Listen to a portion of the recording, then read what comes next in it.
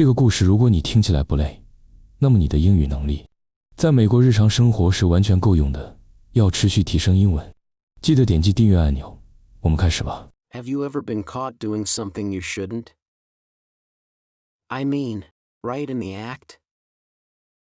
There's a phrase for that moment of undeniable guilt, and its story begins not in a courtroom, but in the muddy fields of 15th century Scotland. It's caught red-handed. And the truth is far bloodier than you might imagine. Picture this. Scotland, the 1400s. Life was harsh, and the law was even harsher. A person's wealth wasn't measured in coins in a bank, but in the animals they owned. A single cow or a few sheep could mean the difference between a family surviving the winter or starving. So, when someone stole and butchered your livestock, it wasn't just a theft, it was an attack on your very survival. The punishment for this crime was severe, often death. But there was a catch. To secure a conviction, the authorities needed absolute, undeniable proof. They needed to catch the thief with the evidence literally smeared across their hands, the fresh, red blood of the slaughtered animal. This was the original meaning of being caught red-handed. It wasn't enough to be seen near the crime.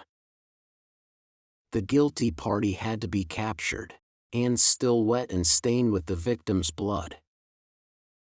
The first known written record of this concept dates back to 1432 in Scottish legal documents. They used the term red hand. Back then, in a society of roughly 500,000 people, where over 90% of the population lived off the land, this kind of evidence was the most powerful kind imaginable. Imagine a farmer, let's call him Angus. He wakes up one morning and finds his best sheep, an animal worth nearly a month's wages, is missing. He follows tracks through the mud, his heart pounding. He finds his neighbor, a man named Ian, in a hidden ditch, a freshly killed sheep beside him and a bloody knife in his hand.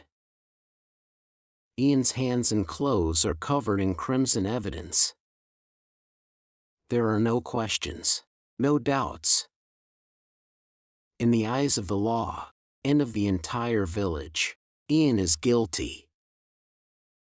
He has been taken with the red hand. Over the next century, the phrase slowly evolved. By the 1700s, it had morphed into the red-handed we use today. But it was a single book that blasted this legal term into the everyday language of millions.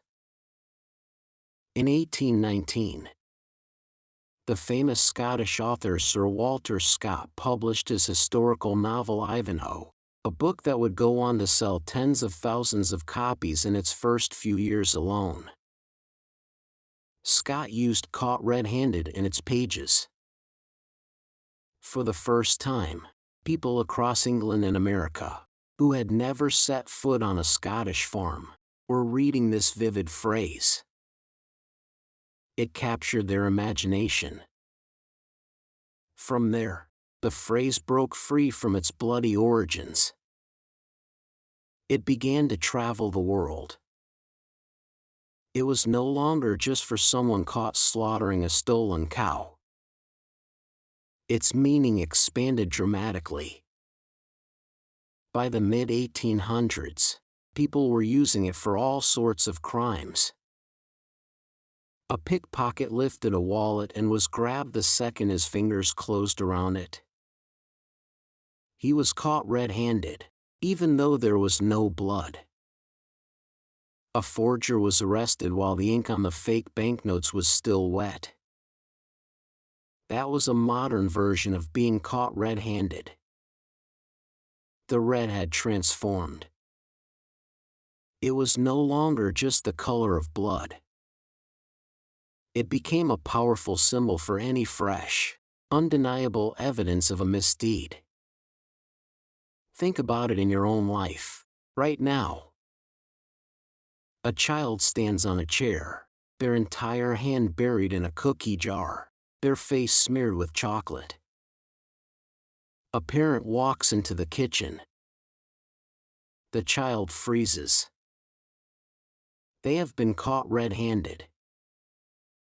The red is chocolate, but the principle is identical. They were discovered in the very act of the crime, with the proof all over them. Or maybe in an office, someone is taking money from the petty cash box. Another employee walks in and sees them, money in hand. They are caught red-handed. That's the universal power of this phrase. It describes that exact, cringeworthy moment of discovery. It's the moment when time seems to stop.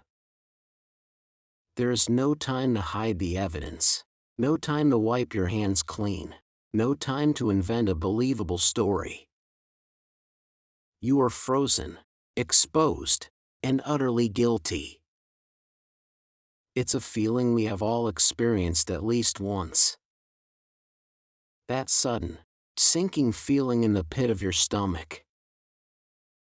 It doesn't have to be a major crime.